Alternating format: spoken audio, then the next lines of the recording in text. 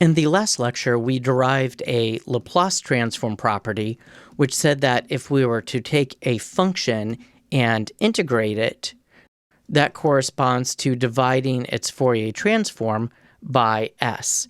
We're using tau here to avoid getting the variable of integration mixed up with t in the upper limit, and because we're using unilateral Laplace transforms, we chop the lower limit at 0, and using the superscript minus to remind ourselves to include any singularities at the origin. In this lecture, we're going to learn to take the transforms of things like ramp functions and quadratic functions by using this property. So we're going to start by doing some sanity checks. So we know that the delta function transforms into a function 1. What do we get if we take this delta function and integrate it? Well, according to the property here, we would take this 1 and divide it by s. And we know that if we integrate this delta function, we get a unit step function, which is fine because we've previously established that the Laplace transform of a unit step function is 1 over s. So that's nothing new. This is just a consistency check. So suppose we take this unit step function and integrate that. What do we get? So this isn't too tricky. This unit step function corresponds to 1 over the range of the integral. We're just integrating a constant. So this would correspond to t ut. So this would be a happy ramp function that starts at 0.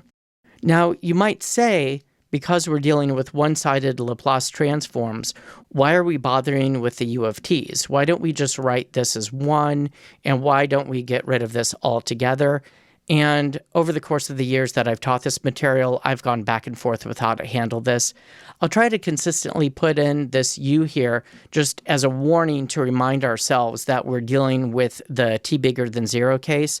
This can, however, become a sticky issue. I'll come back to this when we talk about taking derivatives in a future lecture. So the Laplace transform here would correspond to taking this 1 over s and dividing it by s again. So that would be 1 over s squared. Okay, so now we know that ramps transform into 1 over s squared. Let's keep playing this game a little bit. So at this point, I know that the u doesn't really matter for this particular analysis because we're always starting our integrals at t. So I'll go ahead and see what happens if we integrate. I'll write this as tau d tau, and here I'm not bothering to write the u tau. Okay, so what does that give me? This is going to Laplace transform into 1 over s cubed. And, okay, so what am I going to have on the left here? I'll have t squared over 2. Remember, if I take the derivative of this, the 2 will come down and needs to cancel. So we have that t squared over 2 ut transforms into 1 over s cubed. The way you'll usually see this presented in a table, though, is to move the 2 over to the other side and say that t squared u of t Laplace transforms into 2 over s cubed. Let's play the game some more because this is so much fun. So I'll write tau squared d tau. Notice that I'm not bothering to write u of t in the integral again because I'm going to chop off the lower limit at 0. What does this equal? Well, this is going to be t cubed over 3, and we'll put the ut here again. That's going to Laplace transform into 2 over s to the power of 4, because we'll take this s cubed and divide by s again. But again, by the tradition, we'll take 3 and we'll stick it up here. And the way you'll usually see it in the Laplace transform table, which is that this form of just t cubed winds up transforming into what you get when you multiply that factor of 2 by 3. Namely, we wind up with 2 times 3 over s to the 4, or you could write it as 6 s to the 4. Notice I didn't write it as 6 right away. I left it as 2 times 3 because I want to do this step one more time in order to point out a general pattern. So, one more time, let's integrate. So if we have a t cubed d tau, again, not bothering to write out the unit step, if we integrate that, we get t to the 4 over 4 times ut.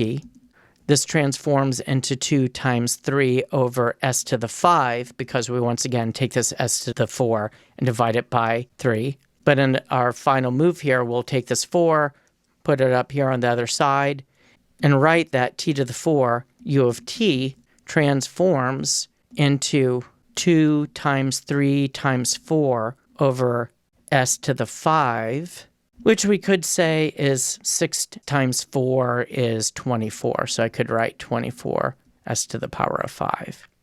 But at this point, you should see that a general pattern has occurred.